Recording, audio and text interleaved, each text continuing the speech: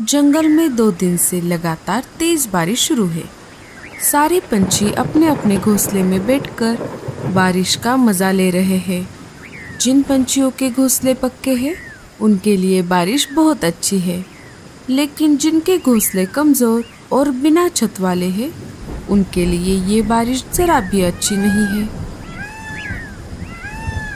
माँ, ये बारिश कितनी अच्छी होती है। मुझे खिड़की से बारिश देखना बहुत अच्छा लग रहा है। माँ, मुझे बहुत ठंड लग रही है। बारिश अपने जोरों पर थी। देखते ही देखते बारिश का पानी जंगल में जमा होने लगा। जैसे जैसे बारिश तेज होती गई, बारिश का पानी पंछियों के घोंसलों तक पहुंचने लगा। अरे बाप रे, अब तो बारिश का पानी मेरे घोंसले तक आ गया। मुझे जल्दी से बाहर निकलना होगा। जैसे ही रानू चिड़िया अपने घोंसले से बाहर आ गई, उसका घोंसला पानी में बह गया।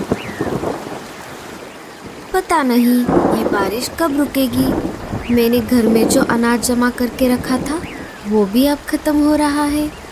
तभी वहाँ पर मुनमुन कबूतर आ जाती है। अरे मुनमुन, इतनी तेज बारिश में तुम यहाँ कैसे? अरे लाडो, क्या तुम्हें नहीं पता? अभी थोड़ी ही देर में जंगल में बहुत बड़ा तूफान आने वाला है। उसमें हम सभी पंछियों के घोंसले डूब जाएंगे। चलो यहाँ से, हम सभी को किसी सुरक्षित जगह पर जाना होगा। जब तक ये बारिश चलेगी हम सब वहीं पर रहेंगे। मुनमुन बहन, मैं मेरे अंडे को छोड़कर कैसे आ सकती हूँ? लाडो, अगर तुम अभी यहाँ से बाहर नहीं आई तो तुम इस बड़े तूफान में फंस जाओगी। तुम एक काम करो, ये अंडा साथ लेकर चलो। थोड़ी ही देर में लाडू के भी घोंसले में पानी जमा होने लगता है। अरे बाप रे, अब तो हमें बाहर निकलना ही पड़ेगा। लाडो अपने अंडे को अपने पंजों में पकड़कर घोंसले से बाहर आ जाती है। जैसे ही दोनों बाहर आ गई, घोंसला बाढ़ की पानी में बह गया। अरे बाप रे, अच्छा हुआ हम समय रहते ही बाहर आ गए। कालू कौवा भी अपने घोंसले से बाहर आ गया था। कालू कौवा लाडो और मुनमुन के पास आ ही रहा था। तभी लाडो के पंजों से अंडा फिसल जाता है और बाढ़ की पानी में गिर जाता है। जैसे ही कालू ने देखा कि अंडा पानी में गिर गया है, कालू उसे पकड़ने के लिए बाढ़ की पानी में कूद जाता है। कालू ने अंडे को पानी से बाहर निकालने की बहुत कोशिश की, लेकिन पानी का बहाव बहुत ज्यादा था। देखते ही देखते अंडा बहुत दूर चला जाता है। कालू कौवा लाडो के पास आ जाता है। मुझे माफ कर दो लाडो, मैं तुम्हारे अंडे को नहीं बचा पाया। जब तक बारिश चलती रही, सारे पंछी जंगल के बाहर वाले एक गुफा में रहने लगे। कुछ दिनों बाद बारिश कम हो गई। जंगल में बाढ़ का पानी भी धीरे धीरे उतरने लगा। एक एक करके पंछी जंगल में वापस आने लगे और अपना अपना घोंसला फिर से बनाकर रहने लगे। अरे मेरे बेटे, क्या हुआ? मम्मा, दूसरे जंगल से हमारे जंगल में एक नया पंछी का बच्चा हमारे साथ खेलने के लिए आता है। हम दोनों दोस्त बन गए थे, लेकिन आज उसने मेरे साथ झगड़ा किया और मुझे मारा भी। अरे अरे, कौन है वो बदमाश बच्चा जिसने मेरे लाडले बेटे को मारा? चल मेरे साथ, मैं अभी उसे बताती हूँ। नहीं मम्मा, वो मेरे साथ झगड़ा करके अपने जंगल लौट गया। जग्गू मेरे बेटे, तुम चिंता मत करो, अब इस बार वो बदमाश बच्चा जंगल में वापस आएगा। मैं उसका अच्छे से समाचार लूंगी। दूसरे दिन वो बच्चा फिर से जंगल में वापस आ जाता है। आज वो जग्गू के बजाय टुन्ना के साथ खेल रहा था। तभी वहाँ पर गोरी और जग्गू आ जाते हैं। मम्मा, यही है वो जिसने मेरे साथ कल झगड़ा किया था। क्यों रे बदमाश, एक तो तू दूसरे जंगल से आता है और हमारे बच्चों के साथ झगड़ा करता है। क्यों मारा मेरे बेटे को? नहीं आंटी, मैंने आपके बेटे को नहीं मारा, उल्टा उसी ने मेरे साथ कल झगड़ा किया और मुझे मारा। ये देखिए, मेरे सिर पर चोट भी आ गई है।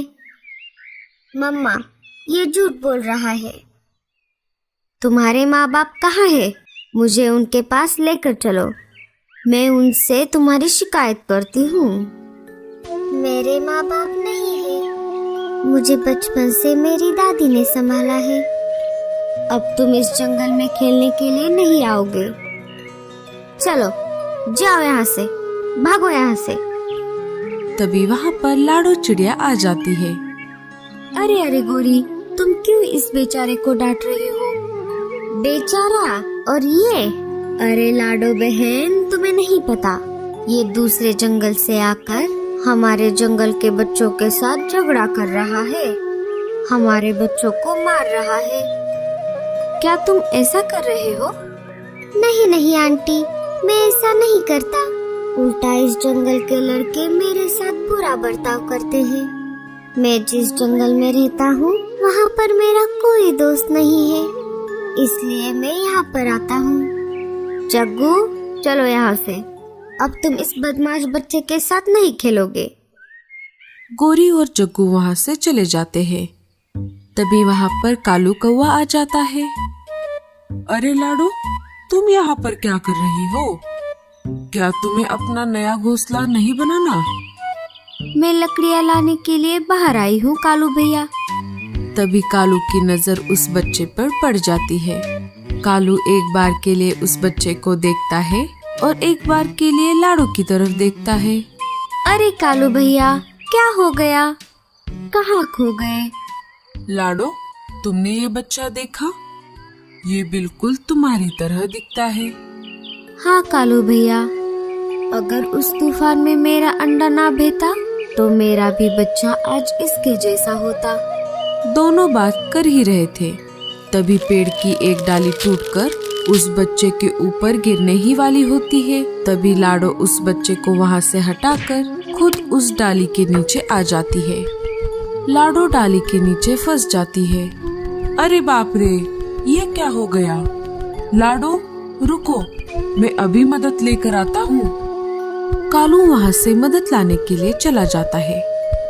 तभी वहाँ पर उस बच्चे की दादी आ जाती है। अरे टीलू, तुम कहाँ थे इतनी देर से? मैंने तुम्हें कहाँ नहीं ढूंढा।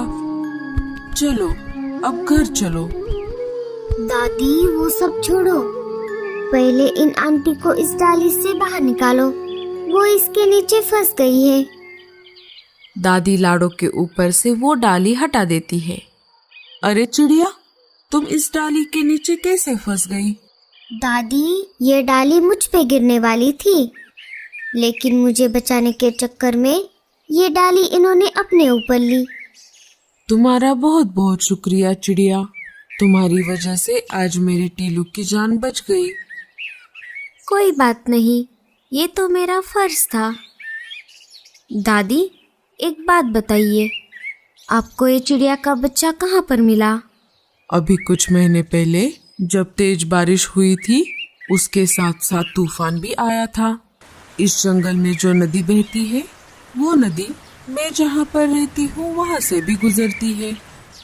मैं उसी नदी के पास एक कुटिया में रहती हूँ। एक दिन मैं पानी लाने के लिए नदी की तरफ गई थी, तब एक अंडा मुझे उस नदी में बहता हुआ दिखाई दिया। मैं वो अंडा मेरे साथ घर लेकर आई। ये बच्चा उसी अंडे से बाहर निकला था, तब से मैं उसे पाल रही हूँ। लाडो, क्या तुम भी वही सोच रही हो जो मैं सोच रहा हूँ? हाँ हाँ कालू भैया। कालू सारी बातें दादी को बता देता है। ये तो बहुत अच्छा हुआ, मुझे बहुत चिंता थी। मैं इस बच्चे को पूरी जिंदगी अकेले कैसे पालूंगी, क्योंकि ये एक चिड़िया का बच्चा है और मैं तो एक इंसान हूँ। दादी, आपका बहुत बहुत शुक्रिया। आपकी वजह से मुझे मेरा खोया हुआ बेटा वापस मिल गया। टीलू भी अपने माँ से मिलकर बहुत खुश हुआ था। देखा तुमने लाडो, ऊपर वाले के घर देर है लेकिन अंधेर नहीं। लेकिन लाडो, अब तुम अपना घोंसला कैसे बनाओगी? तुम तो घायल हो गई हो। कोई बात नहीं चिड़िया, मैं तुम्हारी मदद करूँगी।